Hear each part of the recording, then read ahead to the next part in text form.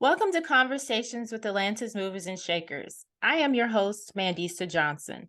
Today, we are having a conversation with a quirky and endearing stand up comedian, content creator, and mom of three, Amanda Marks. Hi, Amanda. How are you today? I'm good. How are you? I am great and excited to learn more about you.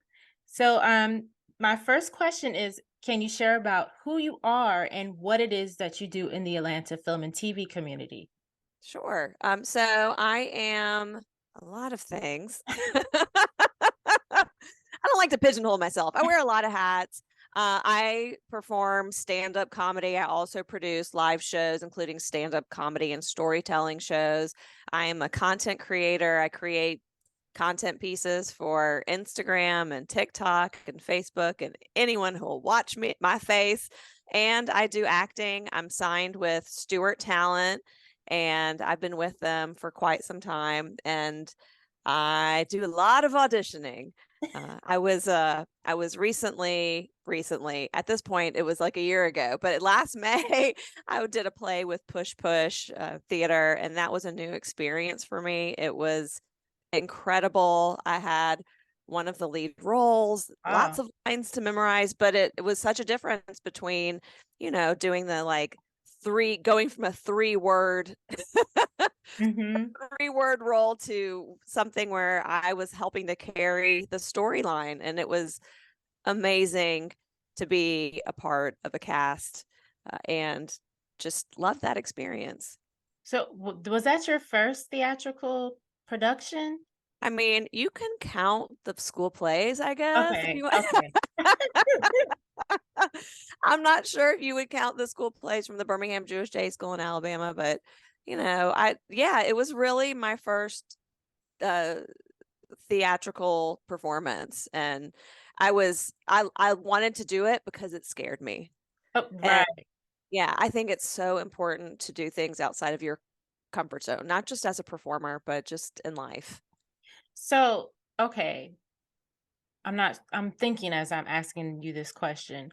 I'm thinking if I have any other movers and shakers that have done stage in TV, but can you share with us, because I know sometimes people don't realize it, the difference between doing an on-stage production and TV, like how that differs? I mean, I would say they're immensely different. It's just, and I had to learn, I'm first, like, and foremost, I've been a stage performer doing stand up. Mhm. And although it's my material and I write it and it's about my real life, I'm really also playing a character on stage. And my natural inclination is to be super big. I'm Right. like I say, I'm not dramatic, I'm theatrical. I gesticulate, I have big movements.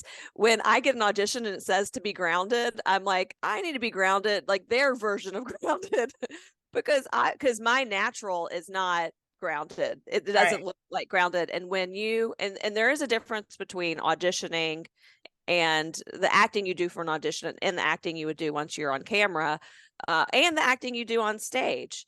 I just think when you're doing on camera, there's lots of things you have to take into consideration in addition to acting, but it's like, where's the camera, where are your marks, how close is the camera into you, is the camera even on you at that moment, Right. all those things you have to take together. And stage performing, it was, and Push Push is it's called Push Push like Seedworks, right? So it's not going to be a production that you would see at the Alliance. These are workshop productions. So and we did a ton of rehearsal, but it was more of a workshop, right? We've got very minimal set, and probably did not put as much time into rehearsing as you would see at the Alliance or Horizon Theater. But I mean, it's different. You can move differently. You have to project in a different way. When Mhm. you're in front of a camera, you can whisper. Right, right. There's sound, there's color correction. You know what I mean? Like it's different. Yeah, thank you for sharing that. Because sometimes I try to share with people, but sometimes it's better coming from somebody else. Because I did on camera work before my first speaking role, but it was something I didn't audition for. I just kind of got it based on me looking like the person that I'm portraying. And the person that I worked with, he was like, "You don't have to be big because the cameras are right there." So it's true. And then like the sound, because that sound is going to pick up any and everything. So thank you. Yeah, I've had to learn, and it's a constant reminder, but I've really had to learn to minimize my movements and become so much more aware of my body when I'm doing on camera work. Hmm. And I really miss the in-person auditions like years ago. And Brian Beagle, who is a casting director for a ton of commercial work, I remember auditioning for him and he's like, Amanda. He's like, Amanda, you've got a big personality, and that's what we love about you, but just shrink it down a little, right? And and I always need to be reminded, and hopefully it's myself that's reminding me, so the casting director isn't having to do that, but also they just want to see you succeed, so they're also happy to give you that direction. But you don't always get that when you're doing, or you don't get it at all when you're doing a self tape, Mm-mm. right? So I have to have like a list of, what would a casting director say in this situation if we were in person? What do I need to think about? And that's why you always take classes, right? And take Right. notes. Right. So can you take us on your journey from how you started to where you are today? Gosh, I mean, I'd say it's a constant evolution. And I'm constantly trying to figure it out. I mean, can we go back to the 1980s when my parents handed me a microphone at my brother's bar mitzvah party? Because Oh gosh. I mean, look, I used to call into the radio station in the 80s and tell them jokes and they would put me on air. I don't know why. I don't know why they would do it. But like right before like carpool would come pick me up, I was calling the local radio station and just to chit chat with the Oh my gosh, that's hilarious. just to chit chat with the radio DJs. Like I've always been drawn to entertaining people. And I mean, I think there's like a difference between wanting to be the center of attention and wanting to entertain. And Mhm. sometimes there's a Venn diagram and they intertwine and I am in the Right. center. But I've just always been a performer, an entertainer at heart. And I feel like I'm constantly striving to figure out what is going to fulfill me creatively. And I started off, and I mean, at the end of high school, I really wanted to go into kids television. And Mm, that was from like a creative development perspective. I wanted to create kid shows. And I went to Boston University. I ended up with I majored in film and television production, and then went to NYU to the Gallatin School of Individualized Studies, where you essentially pitch them a program. And the idea is that you cannot learn this anywhere. So I got my master's there in kids media, and wow. I interned at Sesame Workshop, and that was Wow. really cool. I got to go visit 123 Sesame Street and Mr. Hooper's store, and got to see a taping of a Monster Clubhouse. And Elmo was there, Kevin Oh, Clash, and then we were in New York, got married, moved to Albuquerque of all places. That's where my husband grew up. okay. And the plan was we were going to be there for a few years and he was going to go to law school. And then eventually we are going to move to Atlanta, and we were there for 7 months. But during Wow. that time, I was in production, and I love being on set. Mhm. I love it. But I quickly realized what I loved was the opportunity to get in front of the camera. And it Right. wasn't like I was trying. I'm really gregarious and I can't help myself. And people would be like, hey, we need it, whether it was like background or let's put Amanda in. Right. And I loved that. I did not like the hierarchy of a production shoot. Mhm. Right. And I did not like the idea of being a peon and being yelled at because the sun's going down.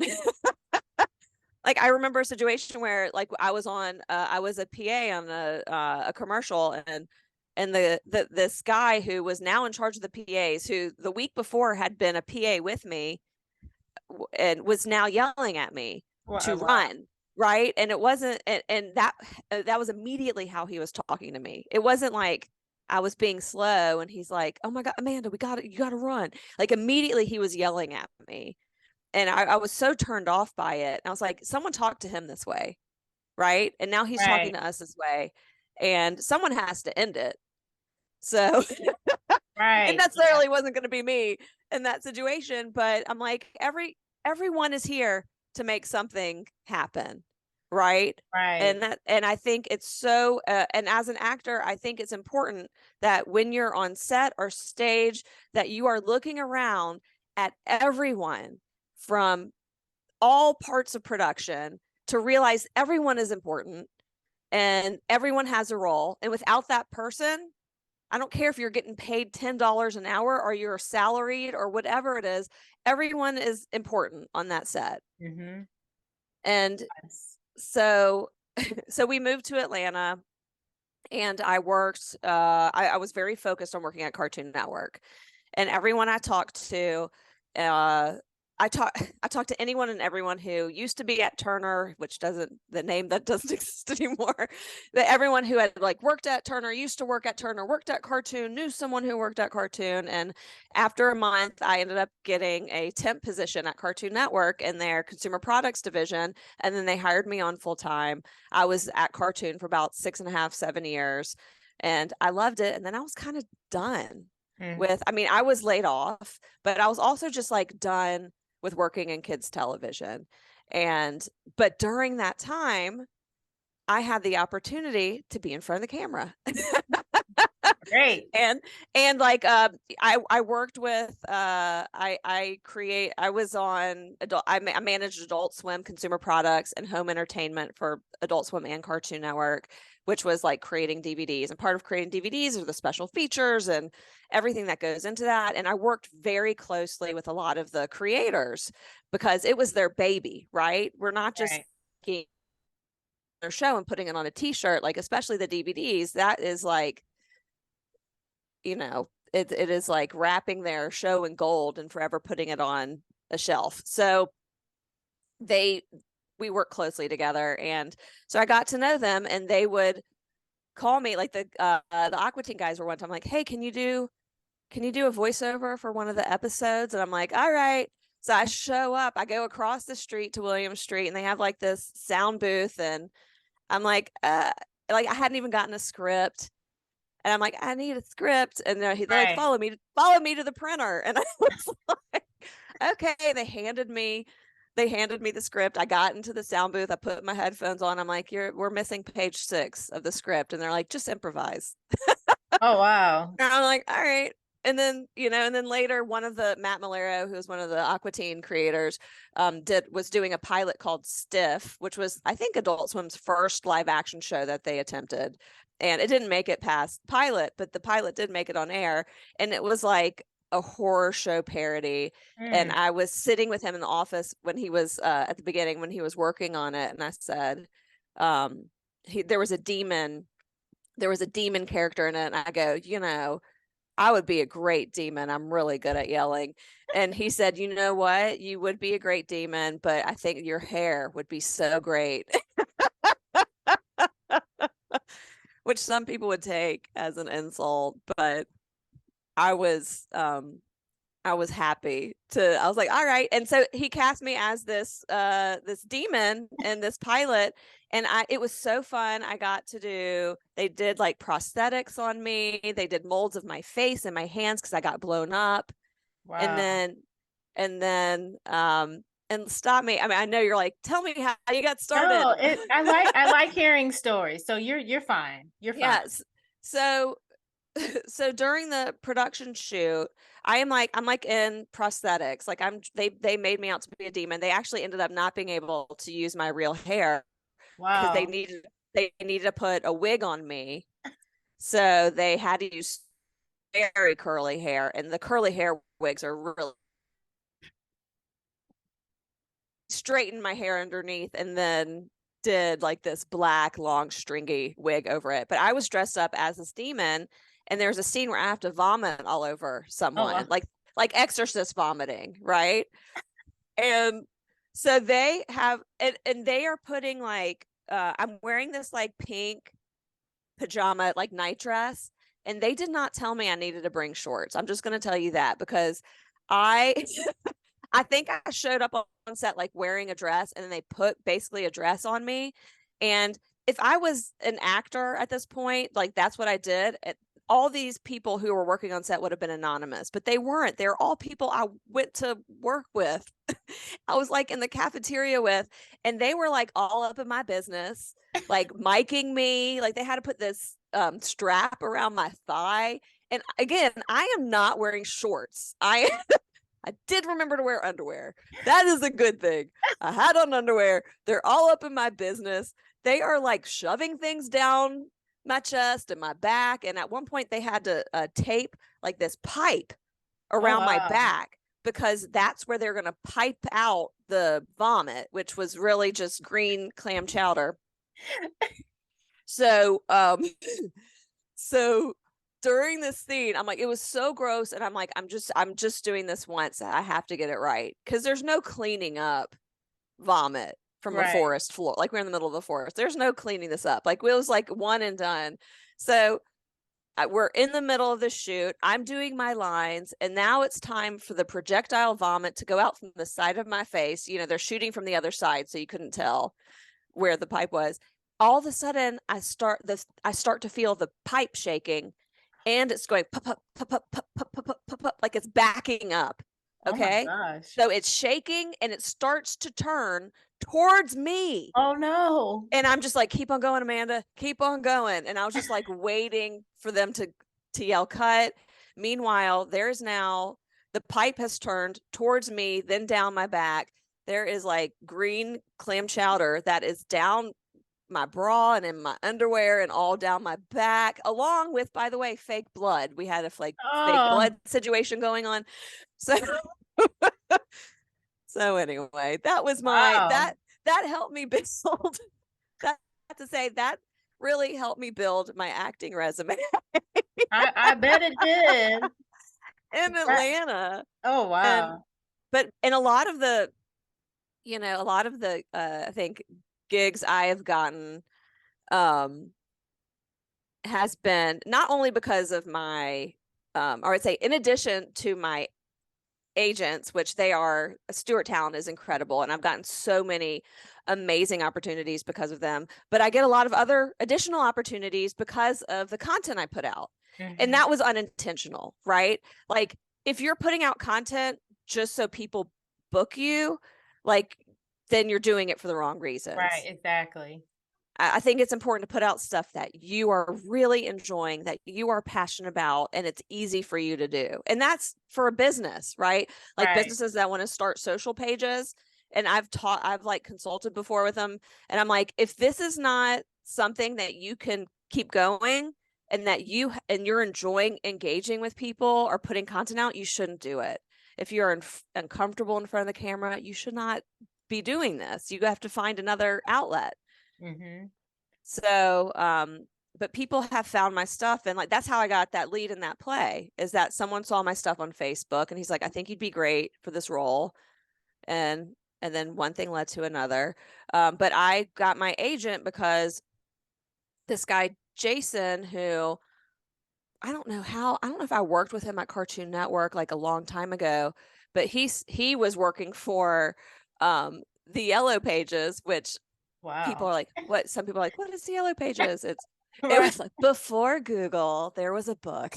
Right. The Chattanooga. And so it's like a listing of business, but he was putting together a internal video for corporate, and it was like a man on the street piece, and it was to educate their sales team on the new look of the book and how they could promote it to and they were trying to educate the sales team on it so that they could promote it to clients and people who were going to buy ad space. So he was like, I would love for you to be the host on this piece. So we went to Sacramento, Savannah, and St. Louis and did these man on the street pieces. And there was no script. And I was like, what do you need the end result to be? What do you need people to say? And I'll get them to say it by engaging with them in a fun way. And because of that, I had the start of my reel, because I really couldn't use the Aqua Teen or the stuff from Stiff because I'm like at a character and it's VO. But I had this like 3-minute piece, and I knew someone who was running this modeling agency that worked in the same building. They were associated with Stewart Talent. And I sent it to her, and I was like, can you show this to them? I would love to get an agent. And she did. And she said, contact them. They want to sign you. I'm like, Wow. oh, okay. And so I met with Wow. them, and I've been with them ever since. So here we are. Hi. Hi. That's a great story. And you are so right about the content that you create and getting opportunities that way. Because I didn't put two and two together when I first started Atlanta Film and TV. Like, people are watching you, people are watching what you do. So this parent that worked at an advertising agency, she was a parent, and the kid, she had a daughter that was in the band with Miles. And she's like, I work with this advertising agency. I know you have Atlanta Film and TV, but do you act? And I was like, yeah. So I got booked on a commercial that way. So, and then somebody that I interviewed, Isabel Dew, she Mhm. did a whole bunch of, she is a, she does Poshmark. She sells on Poshmark, and she would upload videos on YouTube.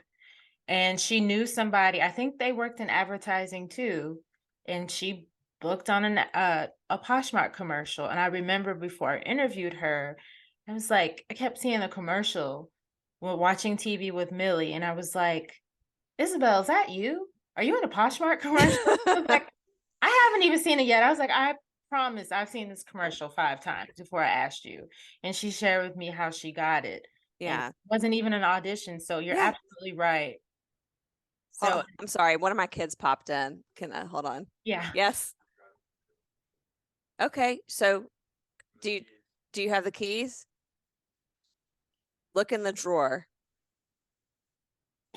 Sorry. It's okay. I have kids too. um yeah, and one of the, I think, most important things that I learned early in my career, and this is not just acting. This was when I was started at Cartoon Network because I really wanted to go into development, but that the successful show creators, they did everything. They weren't just coming up with the concepts.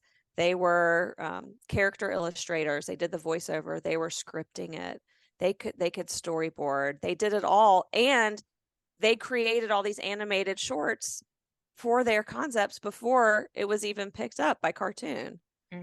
And I feel like the people who take control of their content and take control of whatever their creative outlet is, they are become successful. You cannot wait for someone to put you on their writing staff, for someone to cast you in something. You have to make it happen for yourself. And it doesn't mean that that's the only way to get success, Hmm. but it's so hard for me to wait for someone to do something for me. So I do it for myself, Hmm. right? And whether I get only my mom viewing it, or there's 100,000 views on a video, I am putting something out there, and I'm like releasing my creative energy into the Exactly. universe, and it gives me happiness, right? So I think it's so important to just take control of your creative output. Yeah. Thank you for sharing that. I just watched your TikTok video this morning. Ah, thank you. Thank you for paying attention to me. You're welcome. So you mentioned your parents giving you a microphone at was it your brother's bar mitzvah? Yeah. So of course, they obviously recognized your love of the arts, but how did they facilitate your gift? I mean, I think just being supportive of my personality, and my and both of my all of us are um we're all pretty personable, approachable, outgoing folks, both in my like origin family and my immediate family that I've created. And when I was about 7 or 8, my dad bought a home video camera for a trip we were taking. And my brother was obsessed with making content from behind the Wow. camera. And he was 5 years older than me, no interest in being in front of the camera. And I was like, put me on, here I am. What you got? And he was also like watching, we were both watching Saturday Night Live. So all we did mostly were commercial parodies. And I was always he would give me the direction. Mostly it was like me improvising. He's like, say this general thing. Sometimes he'd give me lines and I would have no idea what I was saying. Or he would ask me questions and you could see like my like 8-year-old face, like trying to answer them in character and thinking it was hilarious. And he would have friends over, and instead of them replacing me in front of the camera, he would be like, great, I have a bigger cast to work with. Or I'd have a friend over. And so, but it's like we would create all this content and then it was like, poof, it was gone. There was no place for us to put it. Oh, So, wow. so it went on a shelf, and it wasn't like we didn't really make our family watch it in the living room we made it and then we moved on to the next piece. But my brother, he digitized like hours of footage that he found. And there's this, like, it was like a 2.5 minute commercial that we made for Panasonic boom boxes. And it was basically, he did this like voiceover from behind the camera. And then I play the boombox and I'm playing like Cyndi Lauper, She Bop, and I'm dancing to it.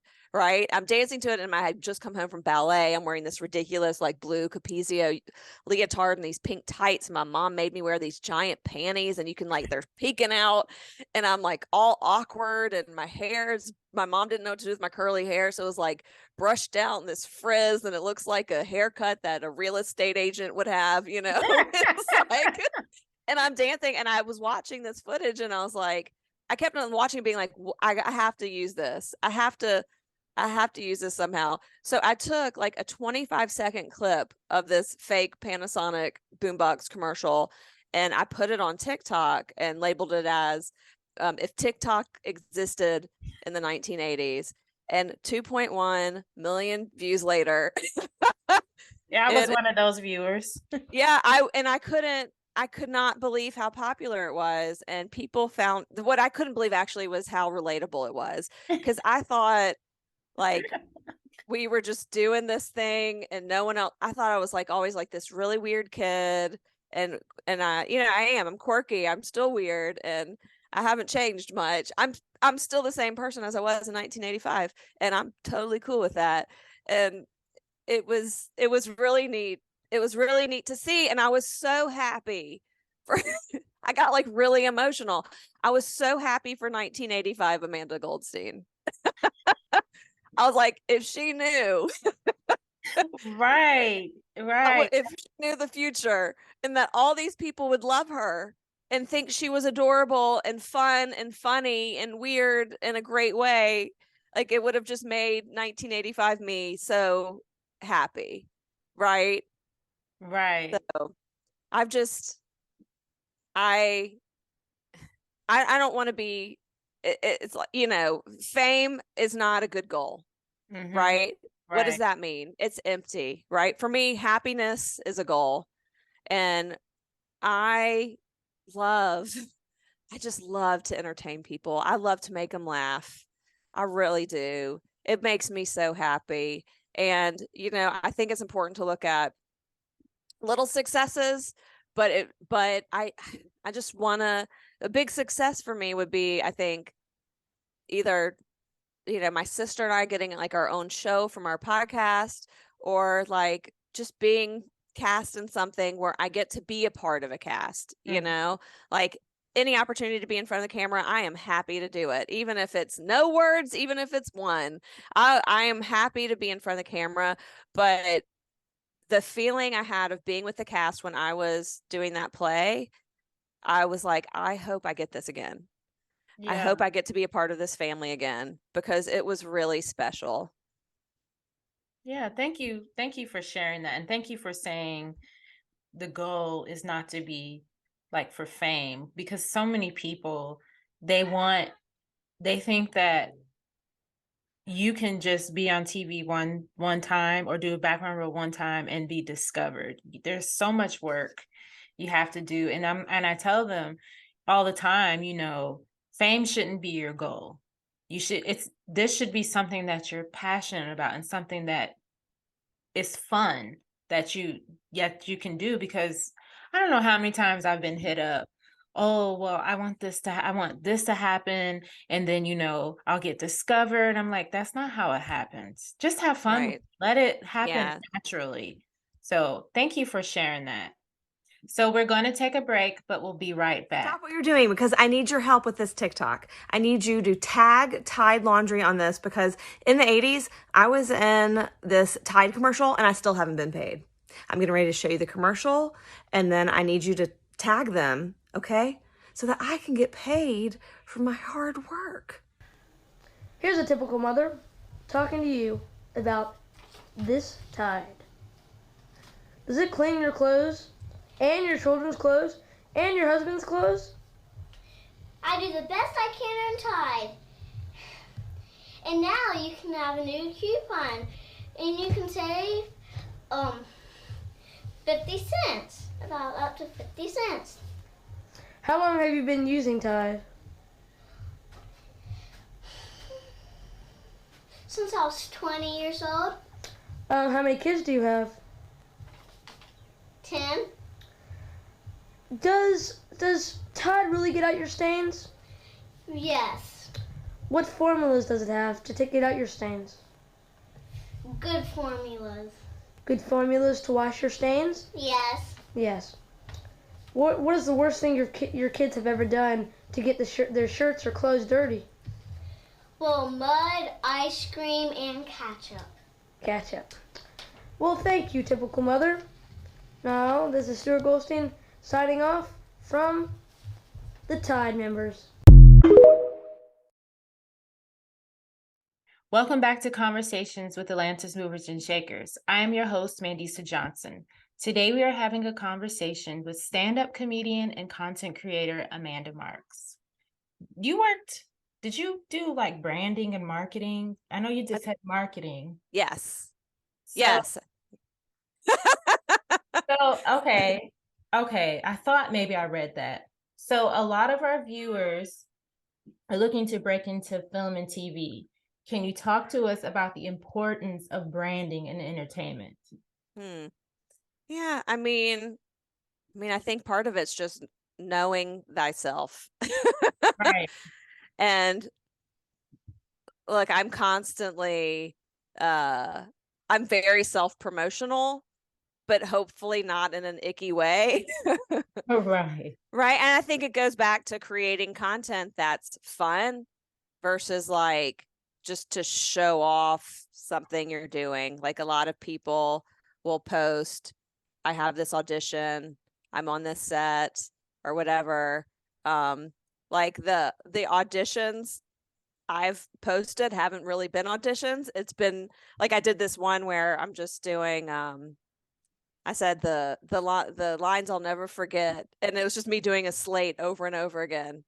You know, hi, I'm Wow. Amanda Marks. I'm 5'6". Hi, I'm all my different hairstyles, the different outfits I'm wearing. It was more of like because I thought it was funny, or me doing crazy faces that never like because I have a lot of expressions. I can't. My eyebrows have their own agenda. Like I can't.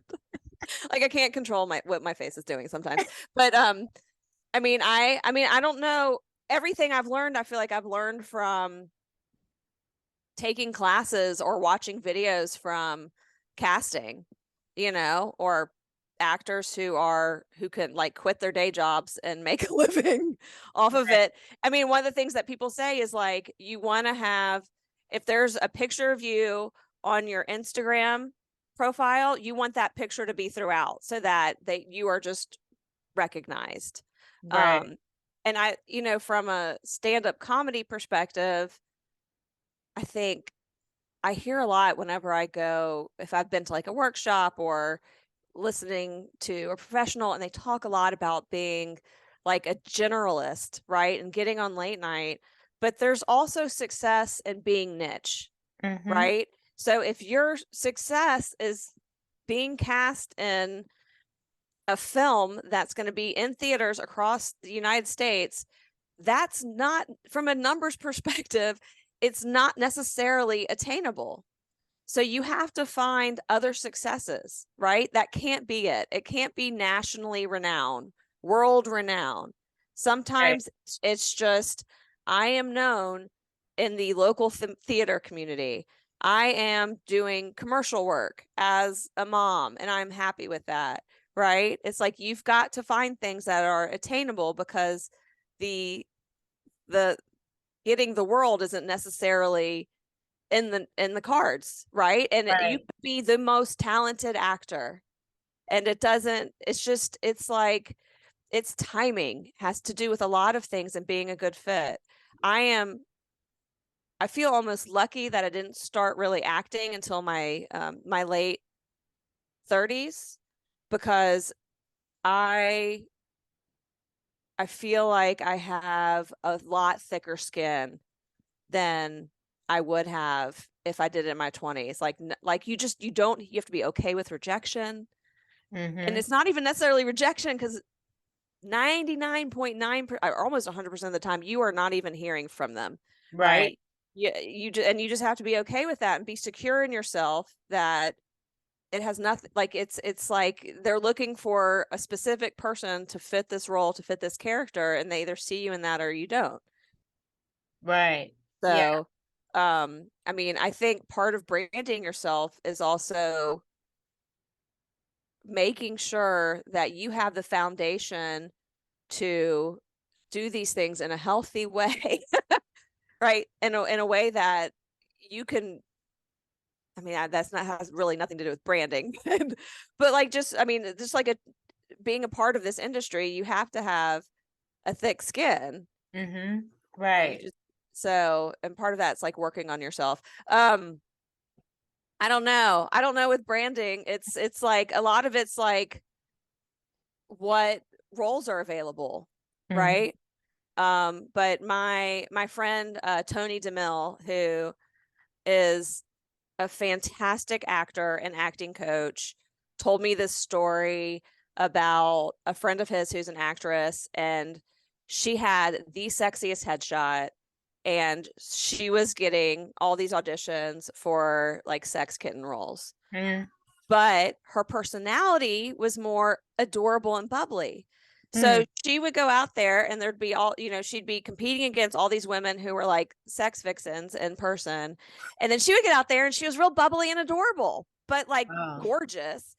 But she wasn't getting booked. So she got her hair cut, and she got a different hairstyle and redid her headshots that fit her personality.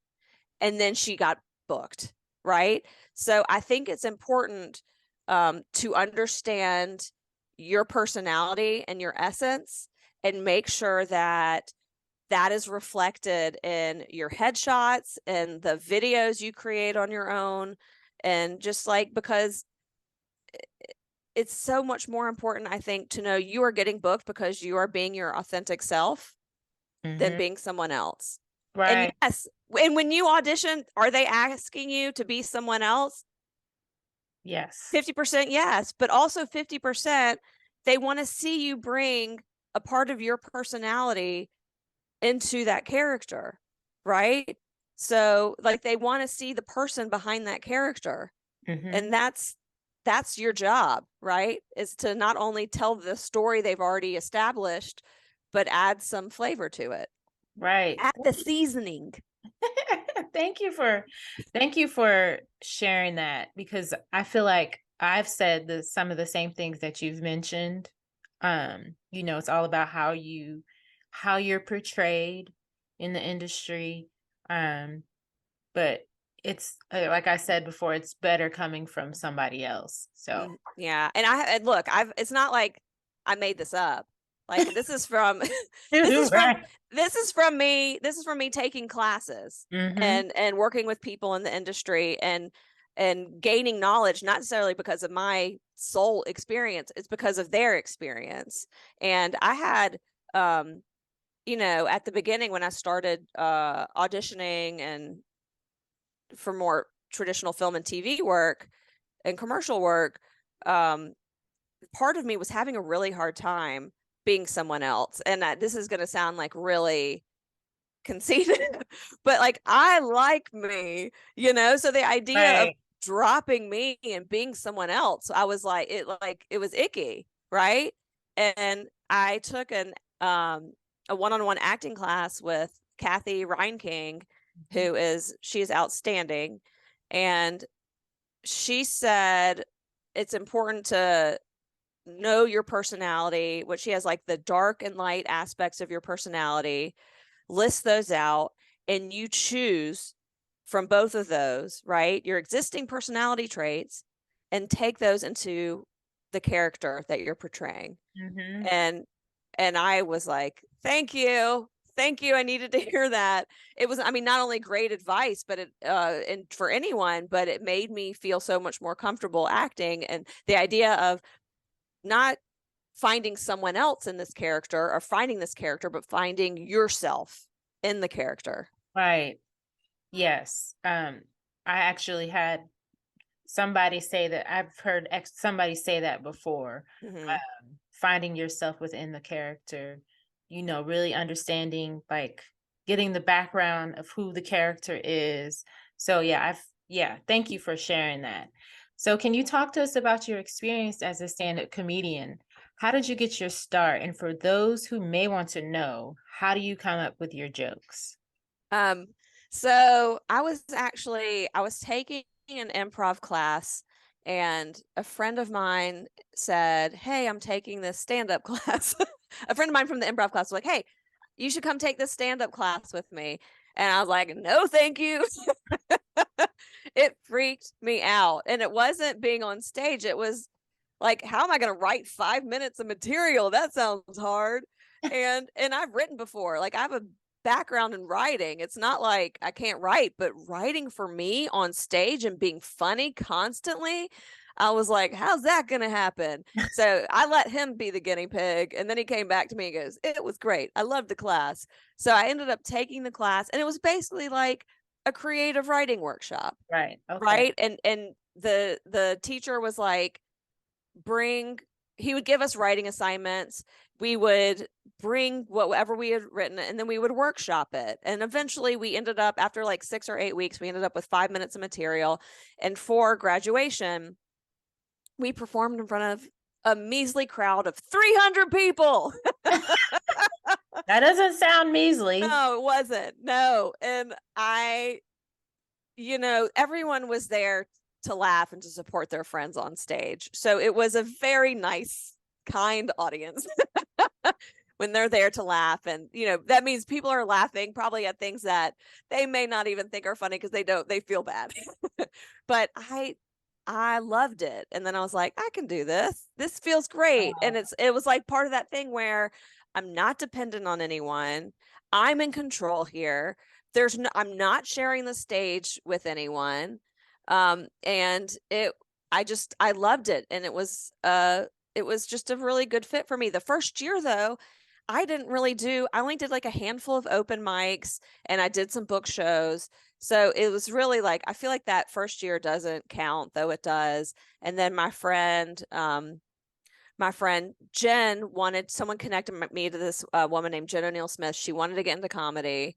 And so she put us in touch with each other, and Jen she was like a greyhound just let out on the racetrack she just went. She was producing shows, and she was at every open mic, and she was a mom too. And I was like, if Jen can do it, I can do it. So she really inspired, I don't even think she knows this, but she really inspired me to do more and to get out there. And because, for some reason for me, open mics are much scarier than a booked show, because with booked, I'm doing like my best of material. Open mic, you're really workshopping, and it's scary to be rejected. And a lot of times you're being rejected by other comedians.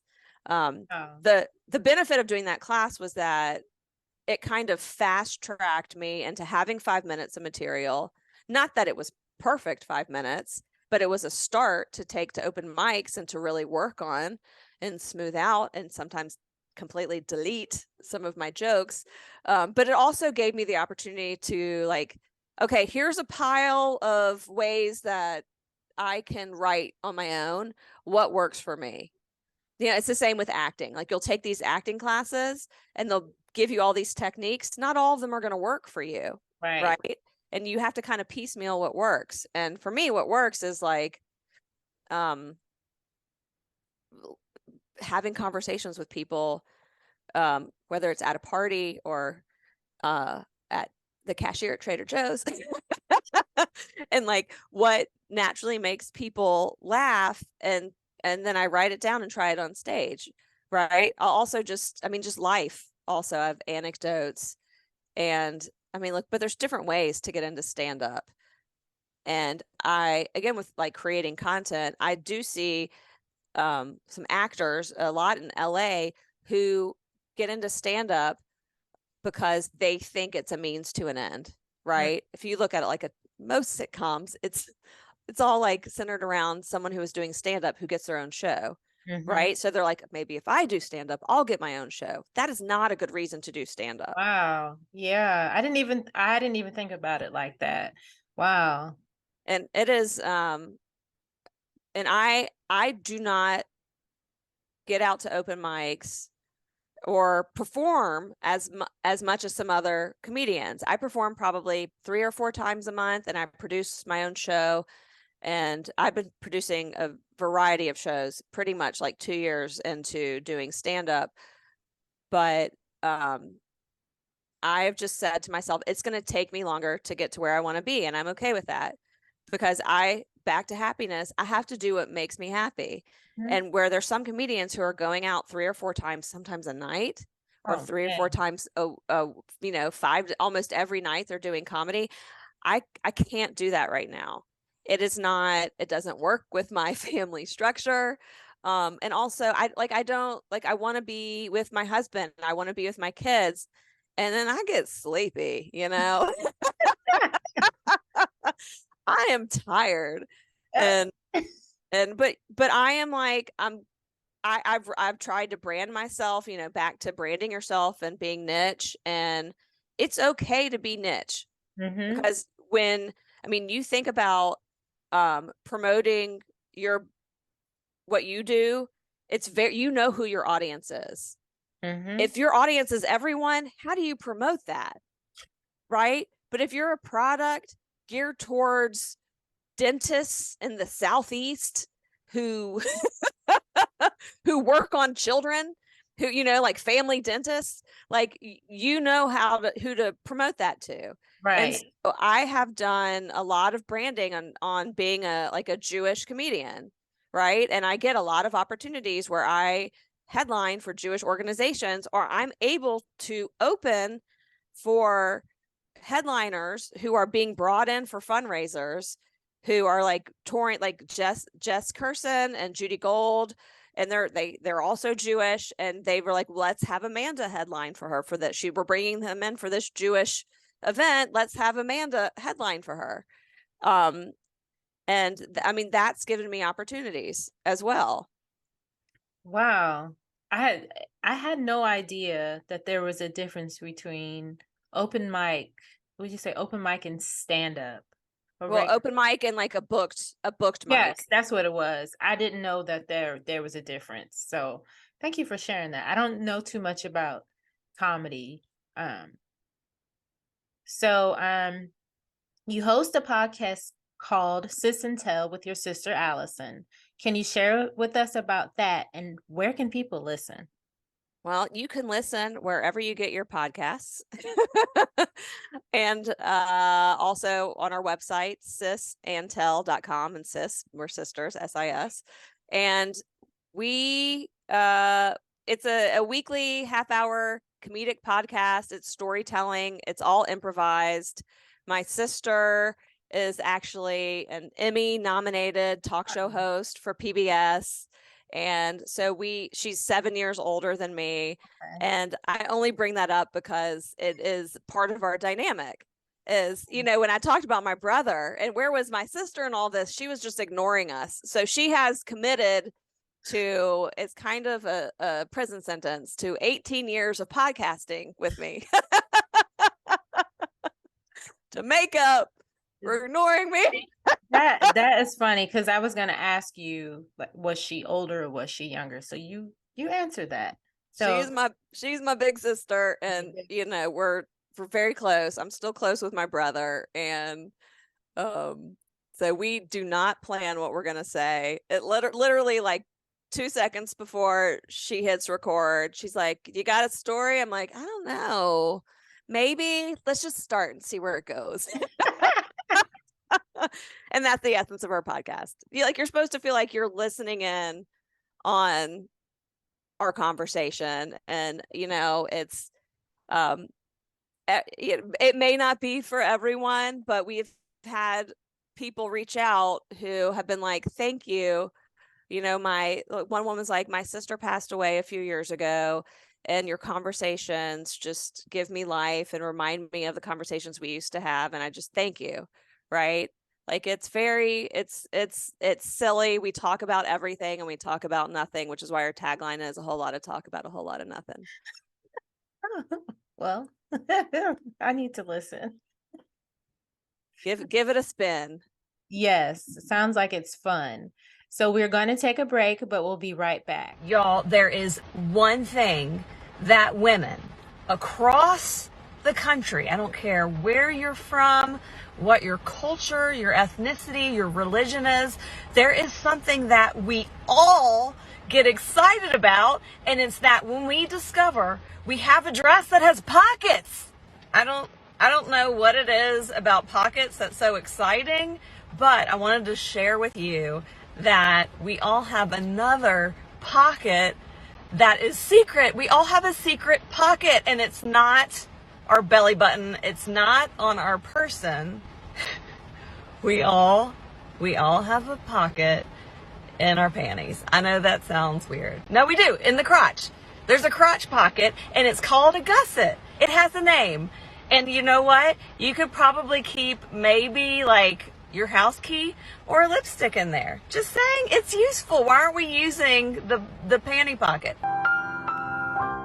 Welcome back to Conversations with Atlanta Movers and Shakers. I am your host, Mandisa Johnson. Today, we are having a conversation with Amanda Marks. We are big on networking and building relationships. Could you share with us? Let me do that again. We are big on networking and building relationships. Could you share with our readers and viewers its importance and how you benefited from networking and building relationships? I think when people think about networking and the arts, they get like this icky feeling, right? It's like, ew, I don't want to get a part because of someone I know. I want to get a part because I'm talented, right? I don't want to get a writing gig because I know someone. But that's just sometimes that's how life works in like every profession. Mhm. It's like you sometimes need someone to help you get your foot in the door or get your resume just to the top, or just go in for an informational interview. I'm just constantly building relationships, but it's not because I want something from them. It's because I just like connecting with people. And it's also okay, I think, to build those relationships for a professional cause, no matter what industry you're in. But it's important to not just go to people when you need something. It's Right. like, and if you are looking for a job, I don't care, or if you're in a job, and I don't care what industry it is, you never stop networking. It's always important to connect with people. And people love to talk about themselves. Obviously, that's why I'm here right now. And so if you're networking with someone, it should be like informational, and then ask them to provide, I'm interested in getting into this. Are there 3 other people you can recommend I reach out to? And just never don't stop. I think I said it at the beginning, but a bunch of opportunities I've gotten have been, I mean, not just because of content I've created, but because of people I know. And it's not like me reaching out to them being like, hey, can you book me in this? It's like they've thought of me. And Exactly. sometimes it could take years for that to happen, right? And so it's not like, you just have to be patient with building your network and creating those relationships, but just do it authentically, because when it is not, it is so obvious. Oh my gosh. Yes, And it is. and pay it forward, right? Pay it forward. But if you're that person networking and someone is connecting you with someone, follow through. Right. I have connected people to friends I have to help them along their career paths, and they have not followed up with them. And it makes me reluctant to connect people, right? Because and not just connecting that person again, but connecting other people, right? So don't give your friends a bad name. Exactly. Right. Follow through is really important. And so anyways, that's my 2 cents about Yes. networking. Yeah, that's so true. I have a story. I went to, I think I can't remember the whole name of it, but it was a summer industry networking party at the old Tyler Perry Studios. And I saw this lady and was like, I kept looking at her like, she looks really familiar. And then finally we crossed paths. I was like, you look really familiar. And then all of a sudden it just came to me. I was like, we follow each other on Instagram. And it ended up being Carol Shaganoff from Carol Shaganoff Talent Agency. And we just connected from there. I invited her to our networking event last summer. It was free. And she posted in her agency group, like, hey, if you guys want to get together, let's go to this event. So they came out, and the majority of the attendees were signed to her. And she comes to me and she goes, if you ever host an event and you need someone to speak, I will be willing to speak. So like our networking event that we did in October, she was the talent agency that came. And as far as I know, 2 people signed with her. And then from there, she emailed me. I don't even remember when this email came through, but I just so happened to check my email, and she wanted me to sit in for her to be a talent scout. So it's just like, of course, just not really asking her for anything. It's just, she sees what I do, and, You're giving her a platform. right. And, we built the relationship, and, and you're right about not looking to get something out of somebody and just using them for that. And then once you have what you need from them, just not ever being in contact. I cannot stand when people do that. So it's not cool. No, Don't do it's it. not cool at all. So do you have a piece of advice for someone who is graduating from high school, looking to pursue a career in film and TV? Just that there's probably so many things to do in that industry that you don't even know about, right? Like, I wanted to go into kids television and I wanted to go into development. I had no idea about the consumer products department. I didn't even think about it, right? And that just kind of happened. And it ended up being a great fit, and it fulfilled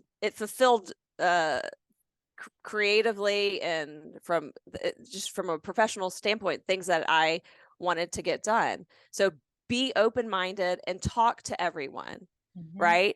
I talked to so many different people who were at different aspects of their career path. And what I learned was everyone's career path was different. And there was someone when I interned at Sesame Workshop, the woman I worked with and I reported into, I was like, how did you end up here? She's like, I needed a job. And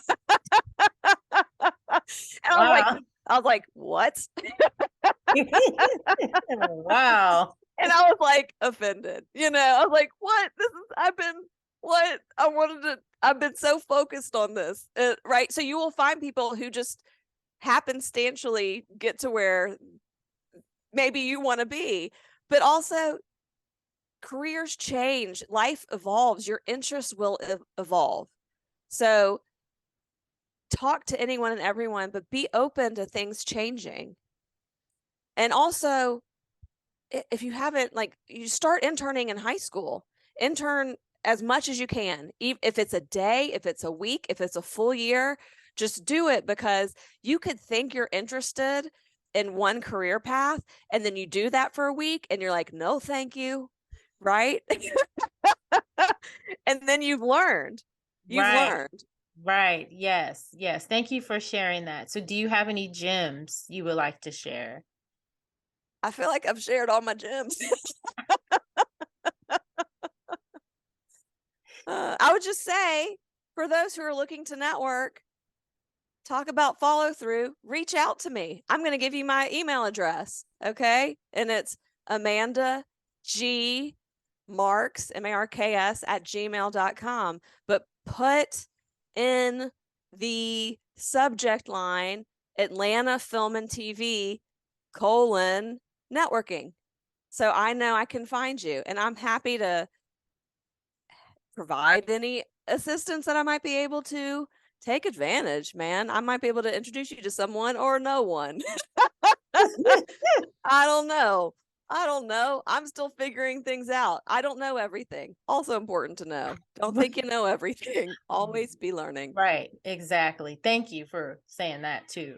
So I think you just shared with me, you invited me to your next upcoming show. So can you share about that and how Sure. others can support? Yeah, well, I'm going to share, there's different shows that I'm in, but I'm going to share the show that I produce. Okay. So I have a monthly that I do at Distillery of Modern Art, which is just the most beautiful venue you've ever seen. They distill their own craft spirits, and it's a modern art gallery. They fully support the artists. It's pretty amazing. I run a monthly show there with my friend Amy Brown, who's also a stand-up. And our next one is on Sunday, March 26th. We've got another one April 13th. If you just you can follow me everywhere at Mall of Amanda on Instagram, on TikTok, on Facebook. You just look that up and you will find my comedy shows there.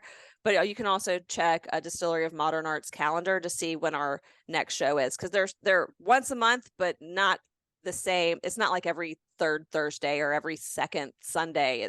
It differs because Amy and I, we are moms just like you, and our schedules are like, they change, and we do a bunch of other things. So Right. we do things when we can. Thank you for sharing your social media. That was my last question. But do you have anything else you would like to share that we didn't get to ask you? Just would say thank you for having me. It was fun to hang out. Yes, it was. And thank you so much for answering a few questions for us. And thank you for joining us. Until then, I'm Mandisa Johnson. Take care.